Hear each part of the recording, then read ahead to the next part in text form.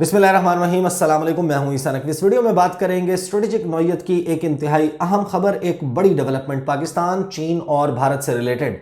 भारत में सफ़े मातम बचने का वक्त हुआ चाहता है क्योंकि चीनी फ़िज़ाइया, चाइनीज़ एयरफोर्स के अफसरान और उनके लड़ाका तैयारे पाकिस्तान पहुंच चुके हैं।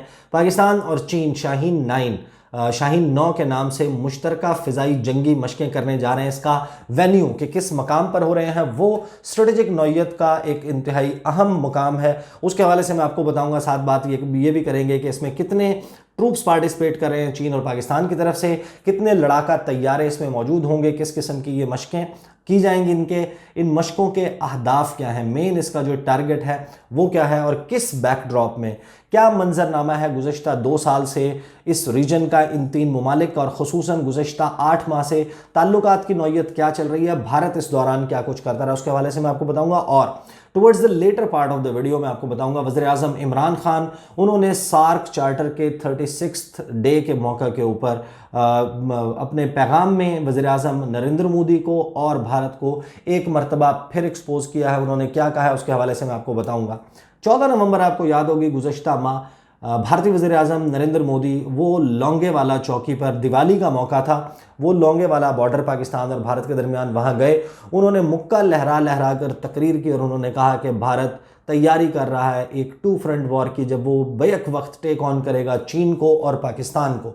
उसके बाद आप एक सीरीज़ ऑफ स्टेटमेंट्स उससे पहले देखें, उसके बाद देखें। भारत के जो CDS हैं, chief of defence Bipin Rawat, general Bipin Rawat, उन्होंने स्टेटमेंट दी कि भारत तैयारी कर रहा है एक 2 फ्रंट वॉर की, जिसमें वो एक ही वक्त में चाइना को भी एंगेज करे और भारत पाकिस्तान को भी एंगेज करे। इसी तरह उनके जो कौमी सलामती के मशीर हैं अजीत डोवल, जिनका ऑफेंसिव डिफेंस का डॉक्ट्राइन बड़ा मशहूर है, जिसमें वो ये कहते हैं कि हम दुश्मन की सरहदों के अंदर जाके मारेंगे। वो एक आश्रम में भाषण दे रहे थे, वो वहाँ पर तकरीर कर रहे थे और वहाँ पर उन्होंने ये बात करते हुए दोबारा दोहराई ऑफेंसिव डिफेंस का डॉक्ट्राइन, और उन्होंने कहा कि अब ये वक्त है कि अब अगर भारत अपने आप को ख़तरा महसूस करता है कि भारत को कोई ख़तरा है चीन से या पाकिस्तान से, तो फिर ये इंतज़ार नहीं करेंगे कि ये हम पर हमला करें, हम इनको अंदर से खोखला करेंगे, इनके ऊपर अटैक्स करेंगे। इसी तरह जो भारतीय फ़िज़ाइया के चीफ़ हैं RKS भदौरिया, उन्होंने राफेल फाइटर जेट्स के हवाले से ये कहा कि अब ये तैयारे आ गए हैं, शायद नाकाबिले तस्खीर हो गई है भारत की फ़िज़ाइया, उसकी जो सुपरियॉरिटी है वो चीन के ऊपर, पाकिस्तान के ऊपर वाज़ेह है। ये सब कुछ कर रहे थे और जिस वक्त हम ये गुफ्तगू कर रहे हैं, भारत के army chief general Manoj Mukund Naravane वो मौजूद हैं सऊदी अरब में। भारत जो है वो एक अपना डिफेंस आउटरीच बढ़ा रहा है गल्फ़ कंट्रीज़ तक। इसके बाद 3 दिन यहाँ पर गुजारने के बाद वो जाएंगे मुत्तहिदा अरब अमारात, वहाँ पर भी 3 दिन गुजारेंगे। तकरीबन 6 रोज़ का उनका ये दौरा है। इसी तरह इस साल भारत ने मालाबार ड्रिल्स, उनकी जॉइंट नेवल एक्सरसाइजेस थी क्वाड कंट्रीज़ के, जिसमें जापान, ऑस्ट्रेलिया और अमेरिका शामिल था। वो ये इस तनाजुर में जब एक जिसे कहते हैं कि पाकिस्तान चीन उनका एक वाज़े तौर पर अलायंस नज़र आ रहा है और एक टेंस फ़िज़ा है, उस वक्त ये एक्सरसाइजेस होने जा रही हैं। अब इसके हवाले से जो चाइनीज़ मीडिया है, ग्लोबल टाइम्स, उसने क्या कहा है, जो हिंदुस्तान टाइम्स है वो क्या लिख रहा है और पीपल्स लिबरेशन आर्मी उन्होंने क्या स्टेटमेंट दिया वो बताऊंगा और फिर मैं आपको बताऊंगा कि किस मकाम पर हो रहा है। चाइनीज़ जो ग्लोबल मीडिया है वो कहता है कि a batch of Chinese air force troops left for Pakistan Air Force base near Karachi to participate in a joint Air Force exercise Shaheen 9. The Chinese Defense Ministry announced that China and Pakistan would hold the joint Air Force training dubbed Shaheen 9, which would last until the end of December. According to the ministry, the joint training, part of the 2020 China-Pakistan military cooperation plan, will play a positive role in promoting military relations, deepening practical cooperation between the air forces of the two countries and improving the actual level of combat training of the two forces. इसके हवाले से जो Chinese liberation army है उन्होंने कहा है कि the Chinese air force troops set off on December 7 दिसंबर को रवाना हुए for the Pakistan air forces air base in Bholari at Thatta district in Sindh, northeast of Pakistan's Karachi, to participate in the China-Pakistan Joint Air Force Exercises Shaheen 9 statement from the People's Liberation Army said. अब ये statement जो है वो Hindustan times ने छापी है। भारतीय media पे जाएं, वहाँ पर तकरीबन तमाम के तमाम भारतीय मीडिया जो है वो इसको, इन एक्सरसाइजेस को भारत के बैकड्रॉप में ले रहा है कि ये इस तनाजुर में हो रही हैं कि भारत को काउंटर किया जाए या भारत के हवाले से एक मुश्तरका दिफाई हिकमत अमली तरतीब दी जाए। चीन के वज़ीर दिफा जनरल वे फेंग वो मौजूद थे इस्लामाबाद में, उसके हवाले से भी मैंने अपने चैनल के ऊपर गुफ्तगू की थी, रिपोर्ट की थी। पाकिस्तान और चीन के दरमियान एक दिफाई ताउन का मुआहदा तय पाया था उस दौरान, और उसकी ज़ाहिर है कि तफसीलात अभी तक कि एग्जैक्टली क्या किस जो है वो लेवल के ऊपर ये कोऑपरेशन पाकिस्तान की और चाइना की मिलिट्री के दरमियान होने जा रहा है, नया क्या होने जा रहा है उसके हवाले से। लेकिन फिल वक्त जो शाहीन 9 है, अब ये 9 का मतलब ये है कि ये 9वीं एक्सरसाइजेज है पाकिस्तान और चीन की फ़िज़ाइया के दरमियान। 2011 में इनका आगाज़ हुआ था और गुज़श्ता साल 2019 में सितंबर के महीने में सिंकियांग में हुई थी।